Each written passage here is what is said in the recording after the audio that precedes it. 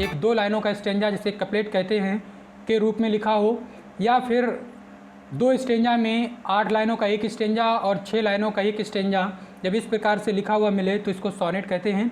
इसीलिए इस central idea में वेरी बिगनिंग में यानी कि बिल्कुल स्टार्टिंग में ये दिया गया है ऑन हिज ब्लाइंडनेस, यानी कि ये पोएम जो कि आपने पढ़ रखी है, आपके सिलेबस में है, ये poem is a personal sonnet of John Milton. ये जोहन मिल्टन का एक सोनेट है और वो भी पर्सनल है।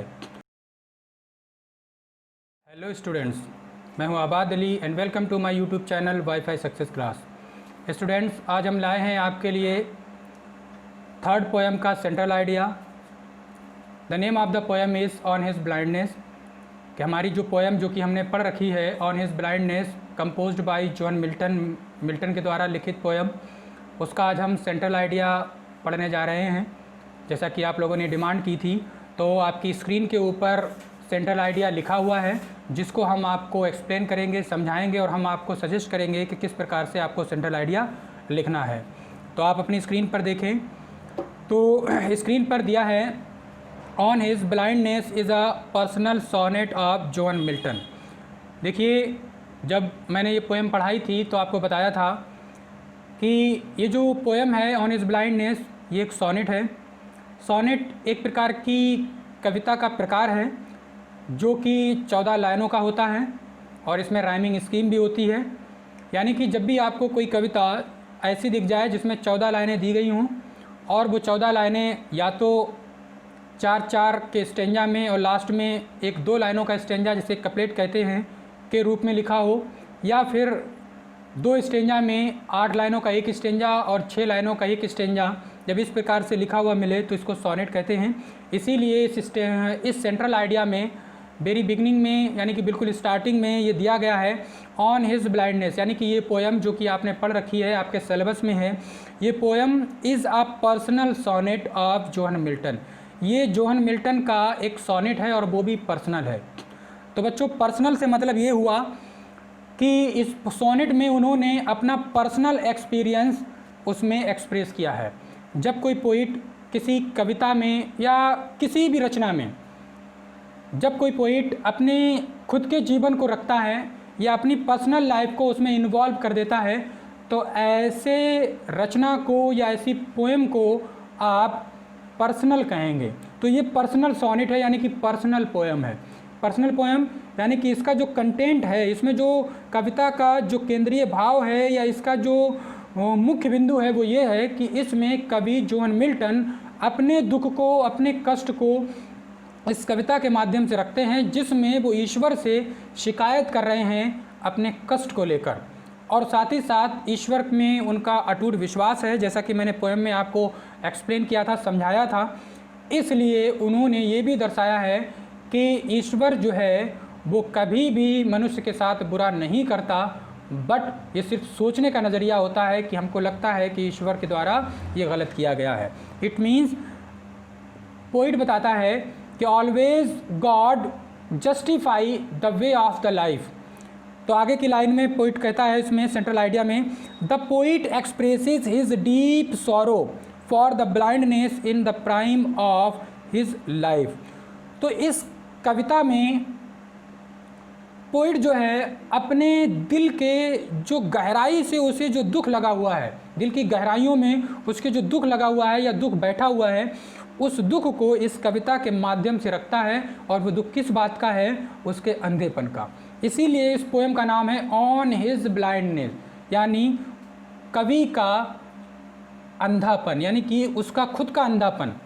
यानी कि जैसे कि मैंने पोएम में बताया था कि पोइट जो है वो 44 ईयर्स में कंप्लीट ब्लाइंड हो गया था दोनों आँखों से, जबकि 42 ईयर्स की उम्र में उनकी एक आँख चली गई थी, एक आँख की रोशनी गई थी। इसलिए वो होपलेस हो गए थे, और होपलेस हो जाने के बाद वो जो है इस कविता को लिखते हैं, जिसमें ईश्वर से अपने दर्द को, अपने तकलीफ़ को एक शिकायत के तौर पर रखते हैं। और वही यहाँ पर आपका सेंट्रल आइडिया में रखा गया है। अच्छा, सेंट्रल आइडिया का जो मीनिंग होता है वो होता है केंद्रीय भाव, क्योंकि सेंट्रल आइडिया में उस कविता में कवि क्या बिंदु कहना चाहता है, क्या समझाना चाहता है, इसी बात को समझाया जाता है। यानी कि मुख्य बिंदु, मुख्य पॉइंट जब रखे जाते हैं तब ही हम उसको सेंट्रल आइडिया कहते हैं। तो बताते हैं कि वो अंधेपन पर, और कौन से अंधेपन पर, वो अंधापन in the prime of his life. Prime का मतलब है युवावस्था, यानी कि वो उम्र जो उसकी प्राइम थी, यानी कि मुख्य थी, यानी कि युवावस्था। 40 एंड 44 ईयर्स जो है वो कोई ऐसी उम्र नहीं होती जो कि आप ये कहें कि कोई बात नहीं। 44 वर्ष की उम्र में जब वो अंधे हो जाते हैं तो उनको ये कष्ट इस बात का होता है कि उनकी अभी तो उम्र कैसी है, अभी तो उनकी प्राइम उम्र है। प्राइम उम्र मतलब एक युवावस्था की तरह ही उम्र है, और उस युवावस्था में ही वो अंधे हो गए, जिसका वो दुख अपनी इस कविता में एक्सप्रेस करते हैं। आगे की लाइन देखें, in this fine piece of poetic art, इस बेहतरीन कविता के, इस कविता की लाइनों में, पीस ऑफ आर्ट का मतलब है पोइटिक पीस ऑफ आर्ट, यानी कि वो पंक्तियाँ जो कविता के रूप में लिखी गई हैं। इन यानी कि इन पंक्तियों में या इस कविता में the firm faith in the almighty is expressed. Almighty means होता है ईश्वर। साथ ही साथ इस कविता में अपने दुख को एक्सप्रेस करने के साथ साथ पोइट जो है ईश्वर के प्रति जो पोइट की भक्ति है, जो लगन है, उसको भी दर्शाता है। फर्म बिलीव का मतलब अटूट विश्वास है उसका ईश्वर में, उसको भी इस पोयम में दर्शाता है कि वो ईश्वर से कितना जो है प्रेम करता है या कितना विश्वास रखता है ईश्वर में। इसका दूसरा पैराग्राफ देखें, he says that the poetic talent would remain unutilised, और वो इस कविता में कहता है कि उसके पास एक टैलेंट है कविताओं को लिखने का, और चूँकि वो अंधा हो गया है अपनी प्राइम एज में, प्राइम एज मतलब युवावस्था में या अधेड़ उम्र में, तो उसकी ये जो योग्यता है, टैलेंट है, वो अनयूटिलाइज्ड रह जाएगा। अनयूटिलाइज्ड का मतलब ये अंधेपन के कारण वो उसका सदुपयोग नहीं कर पाएगा, उसको ईश्वर की सेवा में उपयोग नहीं कर पाएगा। In the absence of I site, क्योंकि उसकी आंखों की जो रोशनी चली गई है इस वजह से। Not be able to serve God well, और अंधेपन के कारण अपने इस टैलेंट से, अपने इस कविता को लिखने के टैलेंट से वह ईश्वर की सेवा नहीं कर पाएगा। उसे इस बात का बहुत ही खेद है, बहुत ही तकलीफ़ है। The next moment he thinks that, और तभी अचानक उसके मन में ये विचार आता है और वो सोचता है, क्या सोचता है, that God does not need any person service. तभी उसे ईश्वर के लिए एकदम से उसके विचार बदलते हैं। चूँकि वो ईश्वर में फर्म बिलीफ यानी कि विश्वास रखता है, तो उसका एकदम से ज़मीर उसको रोकता है और उससे कहता है कि ईश्वर को इंसान की पूजा या सर्विसेज यानी कि सेवाओं की आवश्यकता नहीं है। यहाँ पर जो सर्विसेज वर्ड आता है उसका मतलब होता है प्रेयर्स, पूजा, इबादत, यानी कि इंसान की प्रेयर्स या पूजा या इबादत की आवश्यकता नहीं है ईश्वर को। कहते हैं there are so many angels to carry out, क्योंकि ईश्वर के पास बहुत सारे देवदूत यानी कि फरिश्ते हैं जो ईश्वर की हर समय पूजा यानी कि इबादत किया करते हैं।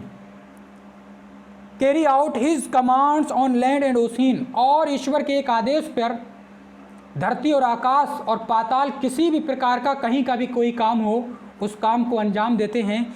इसलिए ईश्वर को इंसानों की पूजा या इबादत की ज़रूरत नहीं है, इसलिए तुम्हारा हक नहीं बनता कि तुम ईश्वर से शिकायत करो। ऐसा कवि का ज़मीर कवि को रोकता है। ये सेंट्रल आइडिया यानी कि केंद्रीय भाव में दिया गया है। The people who do their duty well, और उसका ज़मीर उसको बतलाता है कि वो लोग जो अपने कर्तव्यों को सही ढंग से निभाते हैं, आल्सो सर्व हिम, सही मायने में ईश्वर की पूजा या इबादत वही लोग करते हैं, ईश्वर की सेवा वही लोग करते हैं। The total submission to him is the best form of service to God, और ईश्वर की नज़र में जो अपने कर्तव्यों को निभाने वाले हैं, अपने दायित्व को पूरा करने वाले हैं और जो समाज सेवा करने वाले लोग हैं, वही लोग ईश्वर की नज़र में सच्चे ईश्वर के सेवक हैं। तो ये था बच्चों सेंट्रल आइडिया, जिसमें मैं आपको एक बार अपने शब्दों में डायरेक्टली चुनिंदा शब्दों में हिंदी के कुछ शब्दों में आपको समझा दूं कि कवि इस कविता में कहता है कि उसके पास एक टैलेंट है, उस टैलेंट का वो अब यूज़ नहीं कर पाएगा क्योंकि वो अंधा हो गया है। इसलिए वो शिकायत करता है ईश्वर से कि अब इस टैलेंट को मैं कैसे यूज़ करूं और ये मेरा टैलेंट व्यर्थ चला जाएगा, क्या इस टैलेंट को व्यर्थ जाने के बावजूद या मुझे अंधा कर देने के बाद क्या अब भी ईश्वर मुझसे अपनी सेवा करवाना चाहता है? तभी उसका ज़मीर उसको ललकारता है और उसको रोकता है, क्योंकि वो ईश्वर में फर्म बिलीफ रखता है कि ईश्वर को किसी भी मनुष्य की सेवाओं की या पूजाओं की आवश्यकता नहीं है, क्योंकि ईश्वर तो उस मनुष्य को पसंद करता है, वो मनुष्य जो अपने कर्तव्यों को निभाता है, वो मनुष्य जो समाज सेवा करता है, वो मनुष्य जो मानवता के रास्ते पे चलता है, सही मायने में वही ईश्वर की सेवा करता है। और एग्जाम्पल देता है इस बात का कि ईश्वर के आगे अनलिमिटेड अनगिनत देवदूत यानी कि फरिश्ते मौजूद हैं जो ईश्वर की हर समय सेवा करते हैं और उनके आदेश को पूरा करते हैं। इसलिए ईश्वर को सच्चे कर्तव्य को पूरा करने वाले लोग पसंद हैं। ये था बच्चों सेंट्रल आइडिया। इस कविता का सेंट्रल आइडिया में हमेशा कविता का केंद्रीय भाव रहता है, यानी कि उसमें मुख्य मुख्य बिंदु दिए रहते हैं। बच्चों सेंट्रल आइडिया आप स्वयं भी अपने आप भी बना सकते हैं, और आपको स्वयं अपने आप कैसे बनाना है इस चीज़ को आप समझें कि आपको उस कविता से जो जो चीज़ें समझ में आई, आप जब 2 से 3 बार उस कविता के वीडियो को देखेंगे तो आपको कुछ चीज़ें आपके दिमाग पर बस जाएंगी, आपको कुछ पॉइंट्स आपको याद हो जाएंगे। वो कुछ पॉइंट जो मेन आपको याद हो जाएं, उनको एक रिदमेटिक वे में, एक सिस्टमेटिक वे में आप लिखना सीख लें। बस यही आपका सेंट्रल आइडिया कहलाएगा। और with these words I stop my topic here. That's it.